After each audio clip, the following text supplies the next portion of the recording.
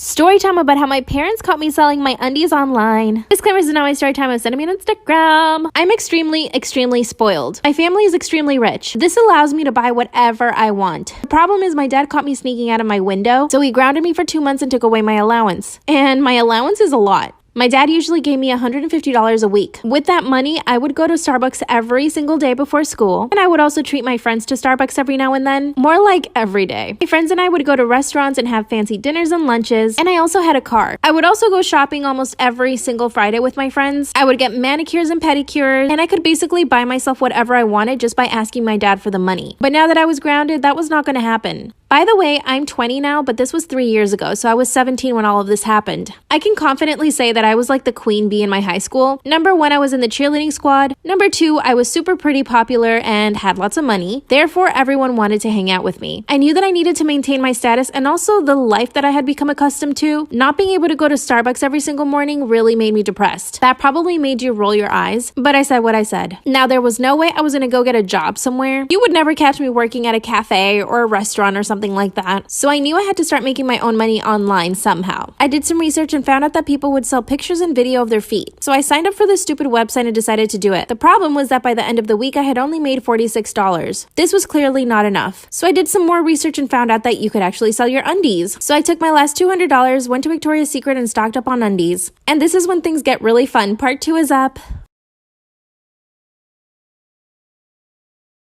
Part 2 of how my parents caught me selling my undies online. Disclaimer, is not my story time. I said me on Instagram. So I took my last $200, went to Victoria's Secret and stocked up on undies. I signed up to this website and within a week, I had about 80 orders. So that means in 1 week, I sold $2,000 worth of my own underwear. This is when I realized that I could charge way more than I had been. So I doubled the price and the following week, I made $4,000. So here's the first mistake I made. I decided to tell my girlfriends about it and they decided to sign up and start selling their own undies. After a month, all of my friends and I were selling our undies, and we were all making bank. This also meant that we were spending lots of money. I started buying designer handbags and shoes. One of my friends even put a down payment to a car, and her parents started asking her tons of questions. And so did mine. Part 3 is up.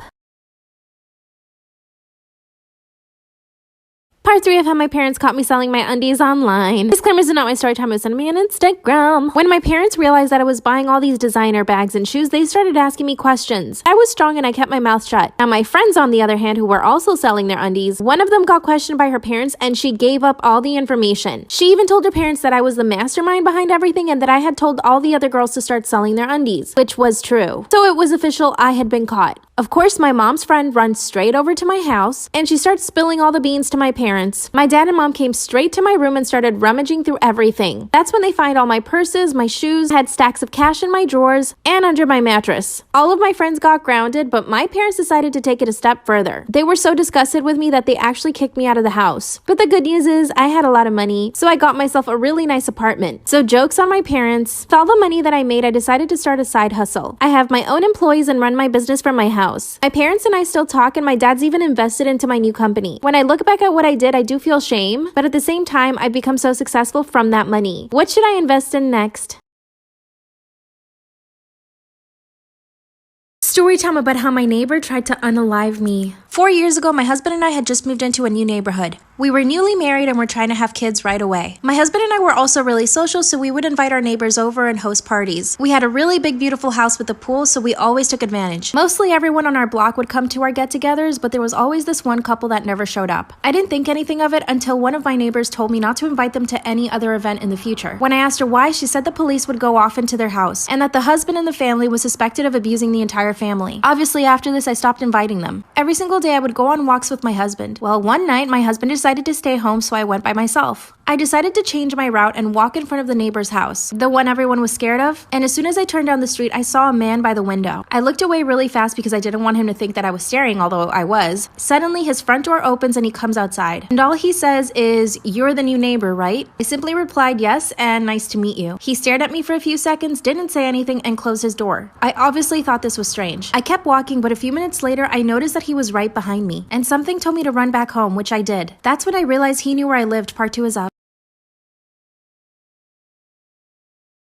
Part 2 of how my neighbor tried to unalive me. Disclaimer, this is not my story time. Send me on Instagram. I ran back home as quickly as I could. I told my husband that the neighbor followed me home, but he told me to just forget about it. A few days later, I come home from running some errands. I get out of my car, and out of the corner of my eye, I see my neighbor standing behind a tree, and I could tell that he's looking at me. I decided to just ignore it because I didn't actually want to have to make conversation. Instead, I grabbed the groceries and walked into the house. I began closing the door, but he pushed his way in. I backed away and asked him what he wanted. He asked me if my husband was home. And no, my husband was not home, but I said yes. Then he looks around and asks me if he could get a little tour of the house. He also said that he really wanted to see the pool. Okay, I know what you're gonna think, but I was so scared I thought that if I just showed him the house, he would leave. I walk him over to the backyard and he starts looking around. That's when he asked me if we had any security cameras. My hands and knees started to shake, and once again I lied and said yes. He started looking around some more and said, nope, you definitely don't have any. I told him I needed to leave the house and if he could just leave. He starts to laugh and tells me that I should be nicer to him. He ripped my phone out of my hands and threw it into the pool. Instantly, I sprinted away from him. He grabbed my hair and I fell really hard to the ground. Part 3 is up. Part 3 of how my neighbor tried to unalive me. Disclaimer, this is not my story time. Send me on Instagram. He pulled my hair hard and I fell to the ground. That's when I just started kicking as hard as I could. I heard him scream and he fell back. I got up and ran straight back into the house and locked the door behind me. He came up to the door and started banging on it. He told me if I didn't let him in that he would break the door. That's when he grabbed a chair and started throwing it against the glass. Luckily, the windows are hurricane proof so he couldn't come in. I called 911 and then my husband. I went around the house locking every single door and window. He would just follow me from window to window yelling at me. He told me he just wanted to talk to me and that I was overreacting. Finally, I could hear the sirens around the corner. And of course, he started running away. Finally, the cops found him. His pockets, they found zip ties, and his car was loaded with rope and different things. Apparently, he planned on taking me to the woods. He's now in prison, but I'm so scared that he'll get out. What should I do? Story time about how I beat up my stalker of 4 years. When I was 18, I booked a major campaign. I started modeling at the age of 10, and it was a really big deal for me. This happened in a country where women are not treated very well. When my campaign came out, there were billboards of me everywhere in the city. My face was plastered on the internet and on social media too. Now from this, my Instagram grew a lot. Overnight, I went from having 6,000 followers to 40,000 followers. So by the end of the week, I had almost 100,000 followers. Again, this was a huge deal for me and I was really happy about it. But things started getting really weird when I started checking my DMs. I had about 40 DMs from one guy alone. The rest of the DMs were thirst traps, but this guy was different. He was becoming obsessive literally overnight. Every other message was about how beautiful I was and how he wanted to marry me. Instead of replying, I decided to ignore his messages. From this campaign, I started getting even more modeling jobs, and I also started getting paid to post stuff on Instagram. I was super happy. When I checked my DMs again, I noticed that he was messaging me even more. Once again, I ignored every single one of his messages, but after 4 days, he started getting really angry. Started commenting bitch on all of my pictures. Got to the point where I had to tell my modeling agency and they just told me to ignore him too. A few days later, I opened his DMs only to see a picture of my house. Part 2 Part 2 of how I beat up my stalker of 4 years. When I opened his DM, I saw that he sent me a picture of my own house, and this meant he knew where I lived. Disclaimer, this is not my story time. I'm sending me on Instagram. Once again, I told my modeling agency, and again, they told me to just ignore it. But it terrified me that he knew where I lived. Luckily, I lived in a really big apartment building, so I don't think he knew exactly what floor I lived on, but I took a chance and I sent him a message asking him politely to leave me alone. Believe it or not, this went on for 4 years. I would tell him to leave me alone, and he would just come back with more things to say. During those 4 years, I did travel a lot for modeling, so it didn't bother me that much. Not until I got pregnant. He actually sent me a picture of me pregnant. That's when he told me that I had betrayed him and that I was cheating on him. One day I'm at my apartment, and yes, I had already met a man at this time and we were engaged. My fiance was out at work. I decided to take some time off of modeling since I was pregnant. Suddenly I get a knock on my door. I opened the door to a stranger I had never seen before. Obviously at the time I didn't know it was my stalker because I didn't know what he looked like. That's when he hands me a package and he tells me that I must have left it downstairs. I told him I hadn't ordered anything, and then he asked if he could come in. I said no, but he pushed his way in. When he grabbed my hand and started begging for forgiveness. And he confessed that he had been sending me the messages for 4 years. Started yelling at him to leave, but he wouldn't. He tried to kiss my pregnant belly and asked me if it was his son. And that's when I just started kicking and punching him. And I didn't stop until he was out the door. When I looked at his face, he was bleeding and scratched all over. Neighbor had come out and had already called the cops, thank God. Cops arrested him and he was taken away. They were only able to hold him for 2 weeks. Apparently he had not broken any laws. This man is out there free. What should I do?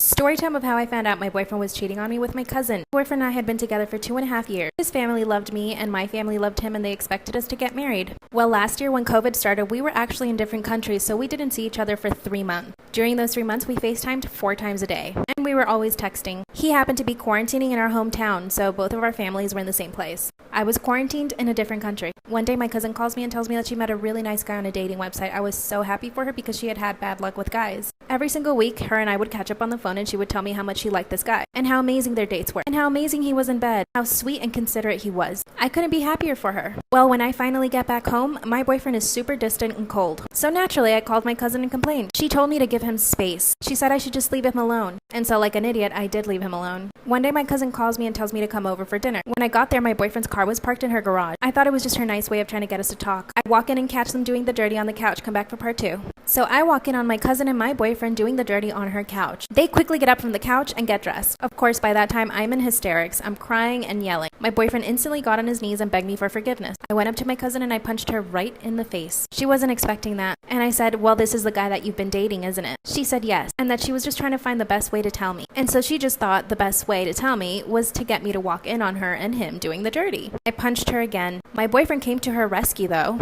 Instantly went into hero mode, which made me even angrier, so I punched him too. I stormed out of her house and went back to my house. Well, I told my parents everything. And my dad went over to my uncle's house, my cousin's dad, and he told him everything. She was about to turn 19, so he took away her phone and her car. And I get a phone call from my ex, come back for part 3. So my lying, cheating ex calls me and explains to me why he actually slept with my cousin. He said that he was so lonely and that he didn't know what to do, and that the closest thing to me he could find was my cousin. Right, as if that was any comfort to me. He said I should be grateful that I didn't cheat with someone else. I told him he had totally betrayed my trust and that I could never ever trust him again. And then he confessed that she was pregnant and that his parents wanted them to get married. He said he just wanted to give me a heads up. Then he said that we could still be together but just not tell anyone, so basically he wanted me to be his side piece. I couldn't believe the words that were coming out of his mouth. It was like I didn't know this man. Guess what I did? I recorded the entire conversation. So I went straight to my cousin and I let her listen to it. She was so shocked. She couldn't believe that he would offer to have me as a side chick. Well, I also let my uncle listen to it. He went to my ex's house and beat him up. Honestly, that made me sad, but he deserved it. They now have a baby and he's gained 50 pounds. Trust your instincts, girls, and always record your conversations. Also, how cute are my nails?